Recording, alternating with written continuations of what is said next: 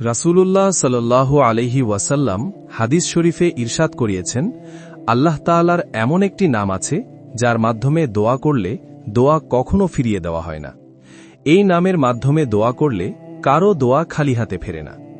এ আমলের মাধ্যমে অনেকে হারানো ভালোবাসা ফিরে পেয়েছেন, অনেকে হারানোর সম্পদ ফিরে পেয়েছেন, অনেকে নিজের পছন্দ অনুযায়ী জায়গায় বিবাহের ব্যবস্থা পেয়েছেন, অনেকে চাকরির সুসংবাদ পেয়েছেন, আবার অনেকে সন্তান লাভের খুশির খবর পেয়েছেন। আলহামদুলিল্লাহ। প্রিয় দর্শক, মনে রাখবেন, আল্লাহর নাম, কুরআনের আয়াত আর রাসূলুল্লাহ সাল্লাল্লাহু আলাইহি ওয়াসাল্লামের হাদিস এগুলো কখনো কাউকে ধোঁকা দেয় না। এখন মনোযোগ দিয়ে শুনুন, আমি আমলটির নিয়ম বলছি। প্রতিদিন আসরের নামাজের পর অন্তত 7 দিন পাক সাফ হয়ে পবিত্র অবস্থায় বসবেন। প্রথমে 3 বার পড়বেন বিসমিল্লাহির রহমানির রহিম, বিসমিল্লাহির রহমানির রহিম, বিসমিল্লাহির রহমানির রহিম।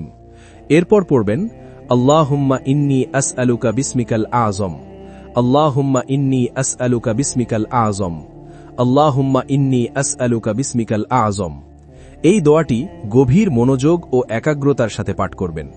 এরপর যে কোনো দরুদ শরীফ পাঠ করবেন। দরুদে ইব্রাহিম হতে পারে অথবা ছোট কোনো দরুদ যেটা আপনার মুখস্থ আছে। সর্বশেষ 2 হাত তুলে আল্লাহর কাছে নিজের মনের কথা বলবেন, চোখের পানি ফেলবেন, ভাঙা হৃদয় নিয়ে আল্লাহর সামনে দাঁড়াবেন। সেটা হোক হারানো ভালোবাসা, বিবাহের দুশ্চিন্তা, সন্তান চাওয়া, চাকরির আশা অথবা যে কোনো হালাল প্রয়োজন, সবকিছু আল্লাহর কাছে খুলে বলবেন। এই দোয়ার অর্থই হল, হে আল্লাহ, আমি আপনার সে মহামান্বিত নামের মাধ্যমে আপনার কাছে প্রার্থনা করছি, আপনি আমার দোয়া কবুল করুন। আলহামদুলিল্লাহ। প্রিয় দর্শক, আমি নিজেই এই আমলটি করে আল্লাহর পক্ষ থেকে এমন সুসংবাদ পেয়েছি যার জন্য আমি দীর্ঘদিন ধরে কান্না করেছি। এই জন্য আমি দায়িত্ব মনে করে এই ভিডিওটি শেয়ার করেছি, যাতে আপনার জীবনেও আল্লাহর রহমত নেমে আসে। ভিডিওটি যদি আপনার হৃদয় স্পর্শ করে তাহলে অবশ্যই লাইক করবেন, কমেন্টস করে ইনশাআল্লাহ লিখবেন আর শেয়ার করবেন, কারণ আপনার একটি শেয়ার অন্য কোনো ভাইয়ের বা বোনের দুঃখ দূর হওয়ার কারণ হতে পারে, আর সেটাই আপনার জন্য সাদকায়ে জারি হয়ে যাবে ইনশাআল্লাহ।